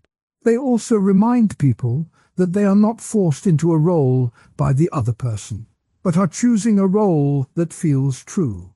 A quote from Sartre captures this balance. "Man is condemned to be free, because once thrown into the world, he is responsible for everything he does." Another quote from de Beauvoir adds, "Un man is not born, but rather becomes a woman." Though this quote is about gender, it shows that identity is made through lived choices, not by nature alone. A line from Camus: "The only way to deal with an unfree world is to become so absolutely free that your very existence is an act of rebellion," can also be read in the context of relationships. It suggests that being true to oneself in love and friendship can be a quiet form of rebellion against any pressure to fit a preset role. The idea of a garden also appears in modern community projects. Urban farms often let each neighbor choose what to plant. Some grow vegetables, others grow flowers. The garden thrives because each person follows their own interest while sharing water and space. This mirrors existential ideas that each person can be themselves while still helping the whole. The garden shows that freedom and community are not opposites but can grow together. Another modern picture is the co-living movement, where groups of strangers choose to live together in shared houses. They set their own rules about chores, meals, and privacy. Each resident decides how much they want to engage with the group. The experiment works best when each person respects the other's freedom. When a resident tries to impose strict rules, tension rises. When each resident listens and adapts, the house feels like a living community. This real-world example shows how existential ideas about choice and responsibility play out in daily life. Existentialism also talks about authenticity, a word that means living in a way that matches one's own values. In relationships, authenticity means not pretending to be someone else to please the other. It also means being honest about one's limits. For example, a person may tell a friend that they cannot attend a party because they need rest. That honesty respects both the friend's need to know and the person's own need for self-care. Authenticity can be hard, especially when people fear hurting others. Yet existentialism holds that the fear of hurting others does not give a free person permission to hide their true self. The story of a family coping after loss illustrates authenticity. The mother, after losing her husband, told her children that she felt scared and sad. She also told them that she would keep working to pay the bills. By sharing her true feelings, she let the children see her as a real person, not just a parent who must always be strong. The children responded by helping with chores, and existentialism began in the 19th and early 20th centuries as a response to the loss of old certainties. The French philosopher Jean-Paul Sartre said that existence precedes essence, meaning that a person first lives and then defines who they are. The German writer Albert Camus wrote that the absurd is the conflict between our search for meaning and a silent universe. Søren Kierkegaard, a Danish thinker, warned that life can only be understood backward, but it must be lived forward. These ideas spread across Europe and soon reached the United States, where writers and artists began to test them in everyday life. The core argument of existentialism is that each person must choose their own path. No outside force can give a final answer. Freedom is both a gift and a burden. The thinker Martin Heidegger added that being is time, so each moment matters. Critics say the idea is too lonely. They argue that humans need community and shared rules, not endless choice. Still, the basic claim stays. People create meaning through their actions. In modern culture, movies, music, and games act as laboratories for these ideas. A film can show a character stuck in a loop, forced to repeat the same day until a choice is made. Groundhog Day does exactly that. In the story, a cynical weatherman wakes up on the same February morning over and over. At first he acts selfishly, then he learns to help others, and finally he finds love. The repeated day works like a mirror. It shows that each small act can change the whole picture. The film ends with a new sunrise, a sign that the character finally made a genuine choice. Another film, The Matrix, asks whether the world we see is real or a simulation. The hero, Neo, must decide whether to take a red pill and see the truth or stay in comfortable illusion. The choice is a classic existential moment. It asks what it means to live an authentic life. The film's line, "There is no spoon," reminds viewers that the mind can shape reality. The idea that reality is a construct ties back to Sartre's claim that we are free to define our world. Songs also carry existential weight. The 1970s rock group The Doors sang "People are strange when you were a stranger." The line hints at the feeling of being an outsider looking for meaning. More recently, the pop song Choose Your Destiny, a fictional title for illustration, repeats the chorus. Every step is yours to take. The lyric tells listeners that each decision builds a personal story. In folk music, Bob Dylan, "It's Like a Rolling Stone," asks whether a person can survive without a clear direction. The song's wandering tone matches the existential idea that life is a journey without a preset map. Video games give players a chance to live the existential choice in an interactive way. A game with multiple endings, such as "Life is Strange," lets the player decide whether to save a friend or protect a secret. Each ending shows a different set of consequences. The player feels the weight of each decision, just as existentialism says that freedom comes with responsibility. Another game, The Stanley Parable, plays with the idea that a narrator may guide you, but you can always ignore the voice and walk a different path. The game asks whether a story is yours or belongs to a writer. This mirrors Sartre's claim that we write our own script. A simple analogy can help. Think of a video game with many possible endings. The player starts at the same point, but each button press leads to a new branch. The game does not tell the player which ending is best. The player must choose, and the ending reflects that choice. In the same way, a person lives life as a game with many routes. No outside rule decides which route is right. The person must pick and live with the result. Another analogy is a diary with blank pages. When a diary is empty, it holds no story. Each day the writer adds a line, a feeling, a decision. Over time, the pages fill with a unique tale. The diary does not force any plot. It only records what the writer puts inside. Existentialism sees life as that diary. The universe does not write a script. Each person writes their own. Real-world applications of existential ideas appear in therapy. Existential psychotherapy asks clients to face the freedom to choose and the anxiety that comes with it. The therapist may say, "You are free to change the story you tell yourself." This approach helps people see that they are not trapped by fate.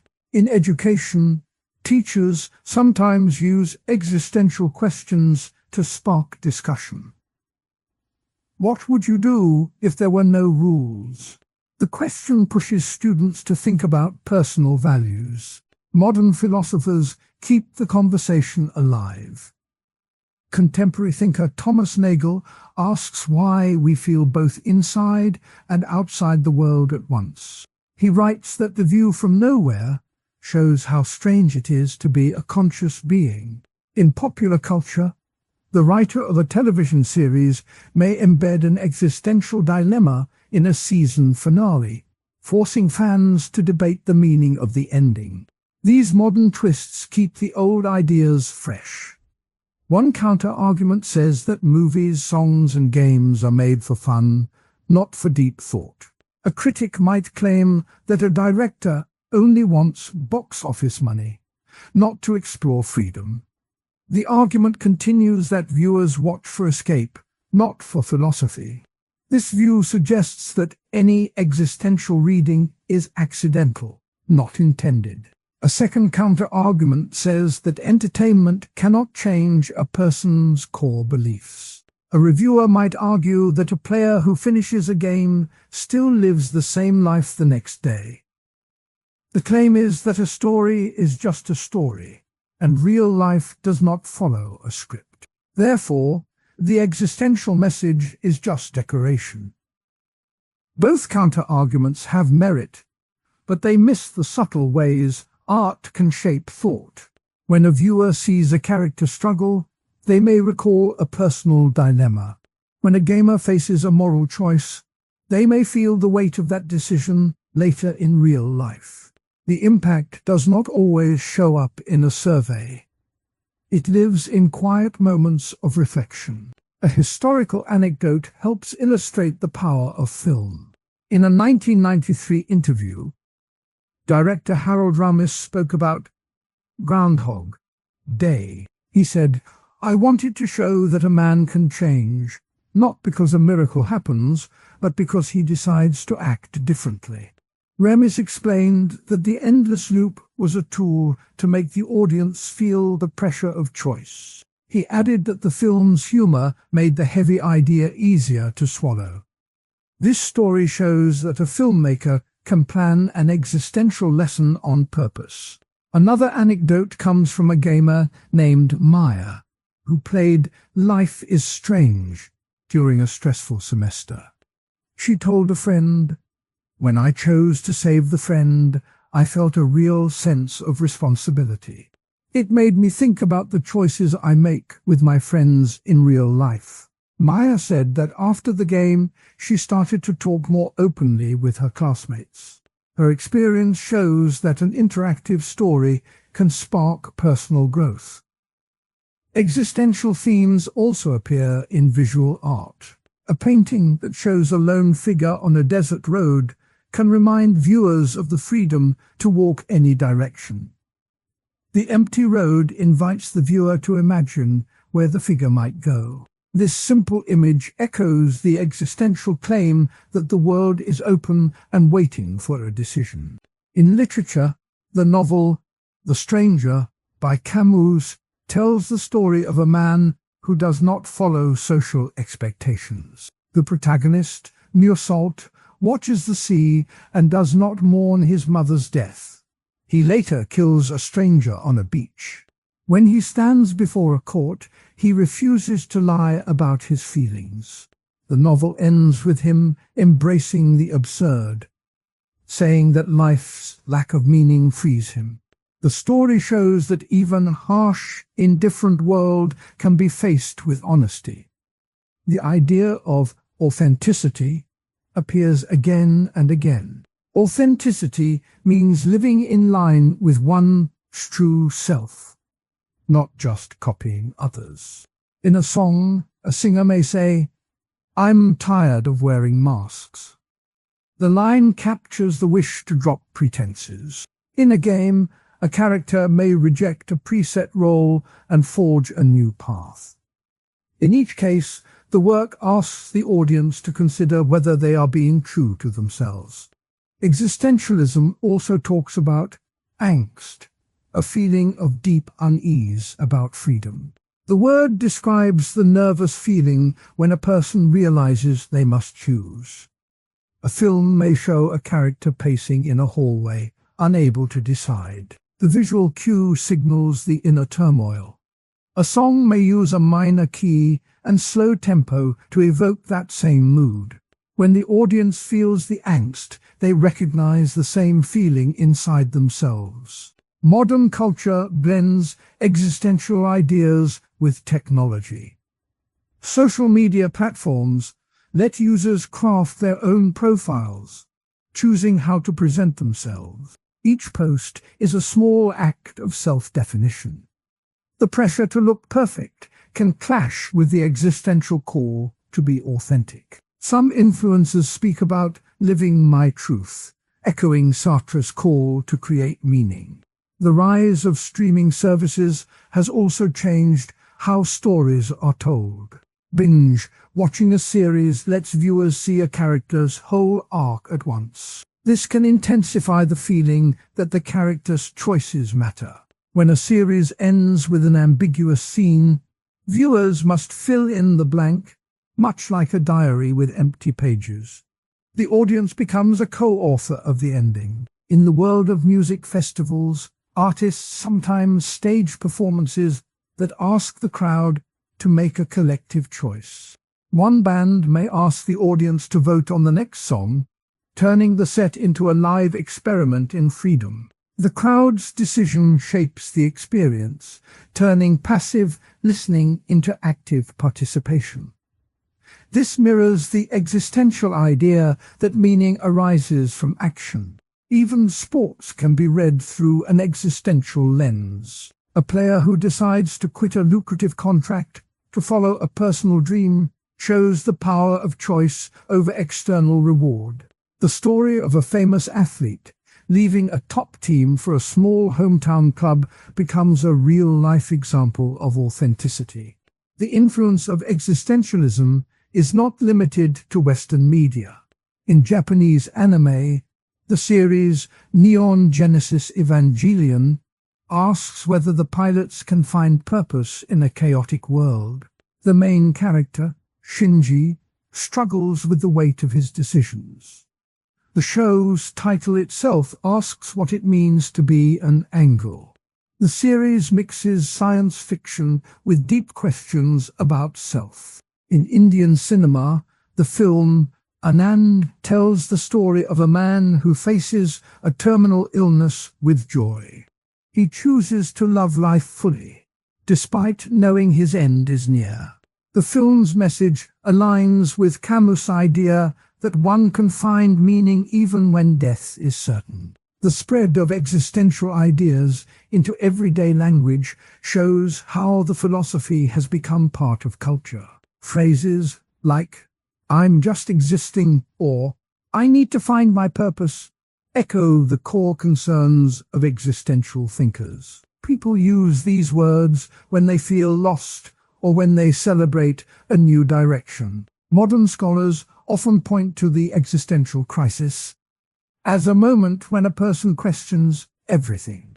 The phrase appears in news articles about young adults feeling unsure about careers. The crisis can be a catalyst for growth, much like a video game's boss level that forces the player to learn new skills. In education, teachers sometimes assign The Myth of Sisyphus, an essay by Camus, to high school students.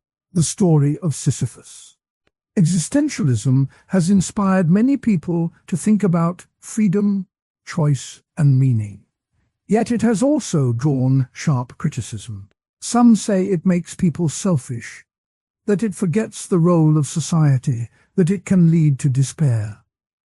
Others argue that those criticisms miss the point of the philosophy. In this part of the discussion, The narrator will walk through the main objections, give everyday examples, present two vivid analogies, show how some thinkers have answered the objections, and record two famous debates that shaped the conversation. One of the most common charges is that existentialism encourages selfishness. The idea that each person must create his or her own values can sound like a call to ignore others. Imagine a student who spends all night working on a personal art project. The student is excited, feels alive, and believes the work is a true expression of self. At the same time, the student's roommate is struggling to keep the apartment clean, the neighbor needs help moving furniture, and the community garden is waiting for volunteers. The student's focus on the personal project leaves those needs unattended. Critics say this is exactly what existentialism promotes: a lone creator who cares only for his own meaning. A second frequent criticism is that existentialism neglects the larger social structures that shape lives. Critics point out that people do not live in a vacuum. Economic class, gender, race, and political power all affect the options that are truly available. When a philosopher says, "You are free to choose," some hear a denial of the real barriers that many people face. A factory worker who must earn a wage to feed a family may feel that choosing to pursue a dream is a luxury they cannot afford. Critics argue that existentialism, by focusing on individual choice, can hide the ways that society limits freedom. To make these ideas clearer, two everyday analogies are useful. First, picture a lone lighthouse standing on a rocky shore. The lighthouse shines its beam far out to sea, warning ships of danger. It does its own job, but the light reaches only a narrow path. A city, by contrast, has many streetlights lining every street. Each streetlight adds its glow, and together they light up an entire neighborhood. The lighthouse can be seen as the existentialist focus on the individual's inner light. The city's streetlights represent a view that includes the whole community, each light helping the others. The criticism says that a single lighthouse cannot solve all the problems of the whole city. The second analogy uses running. A solo runner trains alone, pushes through the miles, and finishes a race by personal effort. The runner feels proud, but the race is a solitary test. In a relay race, each runner carries a baton, passes it on, and relies on teammates. The success of the team depends on every handoff. Existentialism is sometimes likened to the solo runner, while a more socially aware view resembles the relay team. Critics claim that the solo runner ignores the strength that comes from sharing the load. These analogies help illustrate why some people feel existentialism is too narrow. Yet many defenders have responded with careful arguments. The first defense says that existentialism does not deny social ties. It simply starts from the point that each person must first own their freedom. When a person realizes that they are free, they also become aware that they can use that freedom to help others. The philosopher Jean-Paul Sartre wrote, "Man is condemned to be free." The word condemned sounds harsh, but Sartre meant that freedom is unavoidable. Because we cannot escape freedom, we must decide how to act. If we choose to act responsibly, we can shape society. In this view, the criticism that existentialism is selfish forgets that the philosophy also demands responsibility for others. A second defense points out that existentialism has always been aware of the social world. The early existentialist thinker, Søren Kierkegaard, warned that an individual who lives only for personal pleasure becomes a crowd in disguise. He stressed that true individuality means standing apart from the crowd, yet also caring for the crowd. Later, the French philosopher Simone de Beauvoir argued that freedom is always linked to the freedom of others. She wrote, "One is not born, but rather becomes a woman." The quote shows that gender is not a fixed nature, but a social process. De Beauvoir used existential ideas to critique oppression, not to ignore it. Her work demonstrates that existentialism can be a tool for social critique. Historical debates bring these points to life. In the late 1940s, a heated exchange began between Sartre and the Marxist thinker Louis Althusser. Althusser argued that Sartre's focus on individual freedom ignored the material conditions that shape consciousness. He wrote that the consciousness of the worker is determined by the mode of production. For Althusser, any talk of free choice without reference to economic structure was empty. Sartre replied that Marxism itself rests on a belief in human freedom, because the goal of communism is to free people from exploitation. He said, "The human being is not a thing, but a project." The debate showed that existentialism can be seen as complementary to Marxist analysis, but also that Marxists feared it could dilute the focus on class struggle. A second major debate unfolded in the 1970s when feminist thinkers examined existentialism. Some feminists, such as Kate Millett, praised the existential emphasis on personal agency. Others, like Luce Irigaray, criticized existentialism for being rooted in a male perspective. Irigaray argued that the classic existential claim, existence precedes essence, assumes a male body as the default. She wrote, "The woman is always the other, never the subject." In response, de Beauvoir had already offered a feminist existential critique. She argued that women are often forced into the other role by society, and that women must claim their own freedom. The feminist debate highlighted both the strengths and the blind spots of existential thought. Real-world applications of these ideas can be seen in modern activism. A climate activist may feel that each person must act on their own, refusing to wait for governments. This stance reflects existentialist freedom. The activist decides to plant trees, reduce waste, and speak out. Critics might say the activist is ignoring the need for systemic change, such as new energy policies. The activist can respond by saying that personal action is a first step that builds pressure for larger reforms. In this way, existentialist ideas can coexist with collective action. Another example comes from the world of art.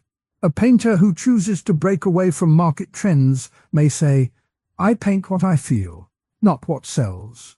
This statement echoes the existential claim that meaning comes from authentic choice. Some viewers might label the painter as selfish, arguing that the painter ignores the needs of patrons and the community.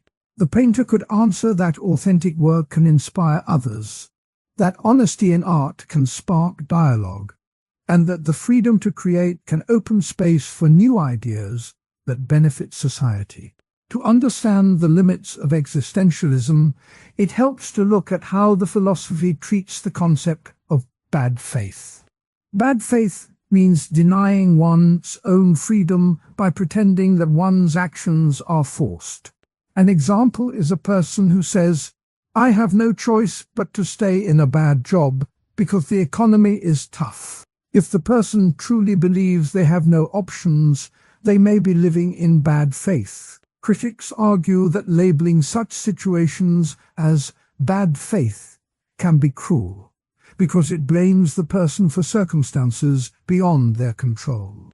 Defenders reply that the term is meant to highlight the moment when a person can still choose an attitude, even if external conditions are harsh.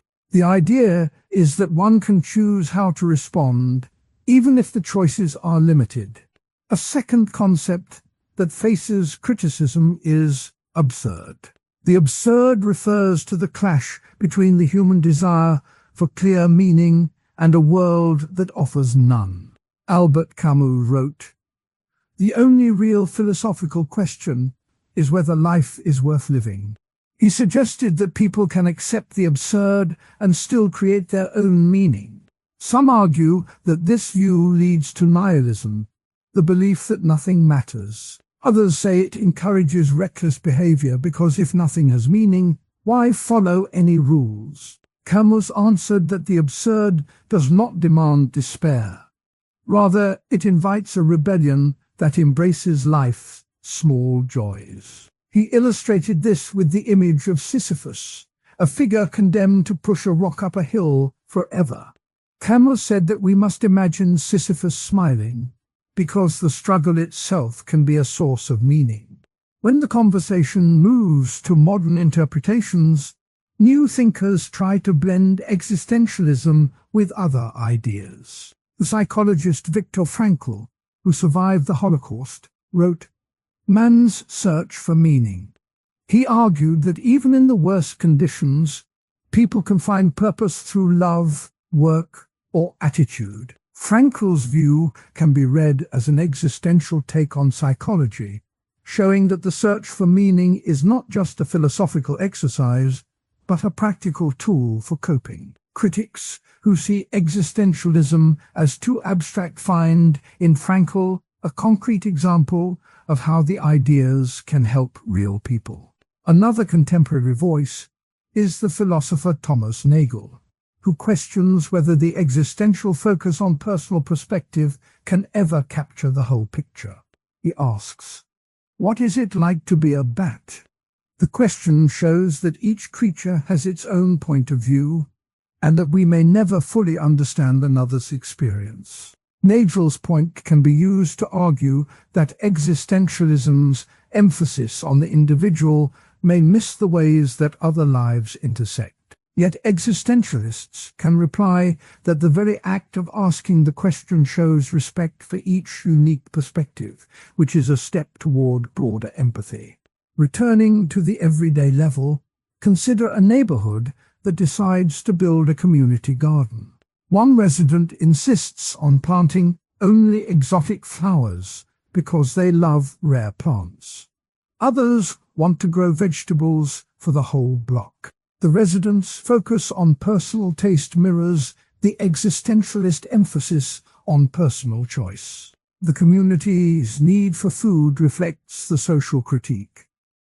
If the resident refuses to compromise, the garden may fail to serve anyone but themselves. This story shows how the tension between personal freedom and collective need can play out in a small setting. In a different scenario, a tech startup founder works long hours to launch a new app. The founder feels that the project is an expression of personal vision. Meanwhile, the employees are asked to work unpaid overtime, and the local area suffers from increased traffic and noise. Critics could say the founder's drive is an example of existential self-creation that ignores the impact on others. The founder might answer that the app will eventually create jobs and improve communication, and that the short-term sacrifice is part of a larger goal. This example highlights how existentialist ideas can be used to justify both positive ambition and selfish neglect. The two analogies introduced earlier can be revisited here. The lighthouse, shining alone, may warn ships but cannot illuminate an entire harbor. The city's streetlights, working together, make the whole area safe. In the garden story, the lone lighthouse is the resident who plants only for personal pleasure. The streetlights are the neighbors who work together to grow food for everyone.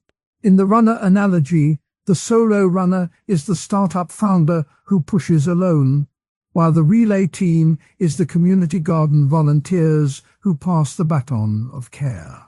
These pictures help listeners see the balance between individual drive and shared responsibility. Quotes from primary sources: add weight to the discussion. Sartre famously wrote, "Man is condemned to be free." He meant that freedom is a fact we cannot escape, and that we must own it, Camus said. The struggle itself toward the heights is enough to fill a man's heart. This line shows that the effort to create meaning can be rewarding, even if the goal is never fully reached. De Beauvoir noted, "On is not born, but rather becomes a woman." This statement uses existential language to point out that gender roles are shaped by society, not by nature. By quoting these thinkers, the narrator can let their voices speak directly to the audience. In sum, the critiques of existentialism focus on three main points: the charge of selfishness, the claim of ignoring social structures, and the risk of slipping into nihilism or despair. The everyday examples of a student, a worker, a gardener, and a founder illustrate how those concerns appear in daily life. The lighthouse and runner analogies make the abstract ideas concrete. The two counter-arguments remind listeners that existentialism also demands responsibility, that it can be a tool for social critique, and that it can coexist with collective action. The historical debates between Sartre and Marxist thinkers, and between existentialists and feminist scholars, show that the philosophy has been tested and refined over decades. Finally, the narrator.